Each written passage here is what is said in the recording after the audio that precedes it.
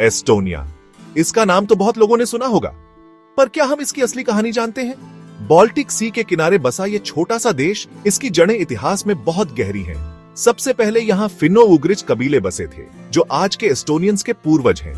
वो प्रकृति के करीब रहते थे, जंगलों और दलदली जमीन पर। उनकी जिंदगी मौसम और समंदर के हिसाब से चलती थी। उन्होंने छोटी छोटी आजाद कम्युनिटीज बनाई, अपनी आजादी को बहुत महत्व देते थे। ये पुरानी हेरिटेज ही एस्टोनियन आइडेंटिटी की नींव है। लेकिन बाल्टिक कोस्ट पर इनकी स्ट्रेटेजिक लोकेशन ने दूसरों का ध्यान खींचा। 13वीं सदी में फॉरेन पावर्स यहां आ गईं। पहले डेन्स आए, फिर जर्मन क्रूसेडर्स, जिन्हें ट्यूटोनिक नाइट्स भी कहते हैं। वो पेगन एस्टोनियंस को क्रिश्चियनिटी में बदलना चाहते थे और जमीन पर कब्जा करना चाहते थे। इन जीतों ने सब कुछ बदल दिया। एस्टोनिया में लंबे समय तक विदेशी राज शुरू हो गया, जिससे एस्टोनियन लोगों की जिंदगी पूरी तरह बदल गई। एस्टोनिया की कहानी कई राजाओं की कहानी है। डेन्स और जर्मन्स के बाद दूसरी पावर्स ने कब्जा कर लिया। 16वीं सदी से लेकर 18वीं सदी की शुरुआत तक एस्टोनिया का ज्यादातर हिस्सा स्वीडिश राज में था। इस पीरियड को कभी कभी गुड ओल्ड स्वीडिश टाइम्स भी कहा जाता है। स्वीडन के किंग गुस्टावुस ट्यूव अडोल्फस ने 1632 में यूनिवर्सिटी ऑफ टर्तु की स्थापना की, जो एजुकेशन के लिए एक बड़ा कदम था। कुछ हद तक लॉज में भी सुधार हुए, लेकिन इस दौर में एस्टोनियन जमीन पर अक्सर लड़ाइयां भी होती रहती थी। स्वीडिश इन्फ्लुएंस आज भी देखा जा सकता है। 18वीं सदी की शुरुआत में ग्रेट नॉर्दर्न वॉर ने नॉर्दर्न यूरोप का नक्शा ही बदल दिया।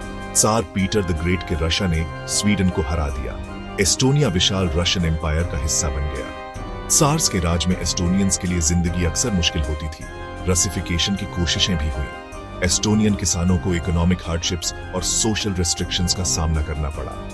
फिर भी एस्टोनियन स्पिरिट ऑफ आइडेंटिटी टूटी नहीं और सेल्फ डिटर्मिनेशन की चाहत और मजबूत होती गई।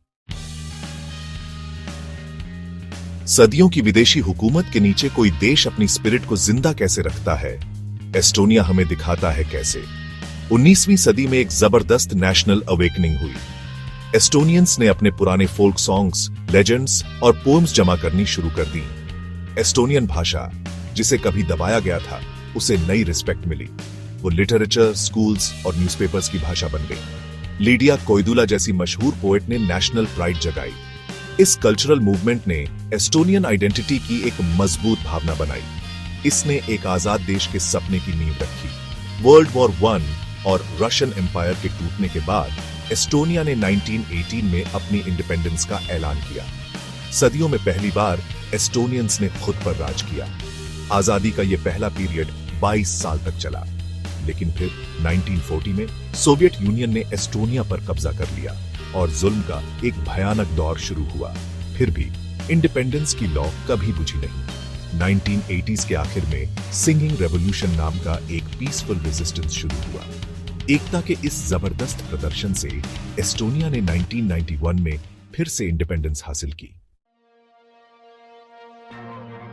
सेक्शन 4, एस्टोनिया में बिलीफ्स और डिजिटल जमाना। क्रिश्चियनिटी से पहले पुराने एस्टोनियंस प्रकृति की पूजा करते थे।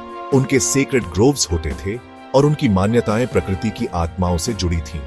13वीं सदी में जर्मन और डेनिश हमलावरों के आने के साथ क्रिश्चियनिटी की शुरुआत हुई। सदियों तक लूथरनिज्म क्रिश्चियनिटी की मेन ब्रांच रही। बाद में रशियन राज के दौरान ऑर्थोडॉक्स क्रिश्चियनिटी ने भी अपनी जगह बनाई। आज एस्टोनिया को यूरोप के सबसे कम रिलीजियस देशों में से एक बताया जाता है। एस्टोनियंस का एक बड़ा परसेंटेज किसी खास रिलीजन को नहीं मानता। ये छोटा सा देश डिजिटल इनोवेशन में पायोनियर है, जिसे ई एस्टोनिया के नाम से जाना जाता है। उन्होंने डिजिटल दुनिया को अपनाया है, अपनी पुरानी जड़ों को फ्यूचर की सोच के साथ मिलाते हुए। सेक्शन 5, एस्टोनियन कल्चर, गीत, गुजारा और मॉडर्न लाइफ। एस्टोनियन कल्चर बहुत रिच और यूनिक है। इसका एक सबसे मशहूर नजारा है Estonian song and dance celebration. यह मैसिव फेस्टिवल हर 5 साल में टैलिन में होता है। हजारों सिंगर्स वाले क्वायर्स ट्रेडिशनल और कंटेम्पररी एस्टोनियन गाने गाते हैं। ये नेशनल यूनिटी और कल्चरल हेरिटेज का एक जबरदस्त सिंबल है। ट्रेडिशनल एस्टोनियन खाना भी उनके कल्चर का एक अहम हिस्सा है। ये सिंपल होता है, पेट भरने वाला और वहां की लोकल उपज को दिखाता है। सोचिए, डार्क राई ब्रेड, आलू, पोर्क और कामा जैसे डेयरी प्रोडक्ट्स के बारे में। ये ट्रेडिशंस एस्टोनियंस को उनके अतीत से जोड़ते हैं। आज एस्टोनिया में जिंदगी कैसी है? ये पुरानी परंपराओं और मॉडर्न लिविंग का मिक्सचर है। एस्टोनियंस को प्रकृति से बहुत प्यार है। देश का लगभग आधा हिस्सा जंगलों से ढका है। प्रकृति और परंपरा के अलावा एस्टोनिया अपने इनोवेशन के लिए मशहूर है। दुनिया में सबसे ज्यादा लिटरेसी रेट्स में से एक यही है। एस्टोनियंस एजुकेशन को महत्व देते हैं और फ्यूचर को अपनाते हैं, साथ ही अपनी मुश्किल से मिली आजादी और यूनिक हेरिटेज को संजो कर रखते हैं।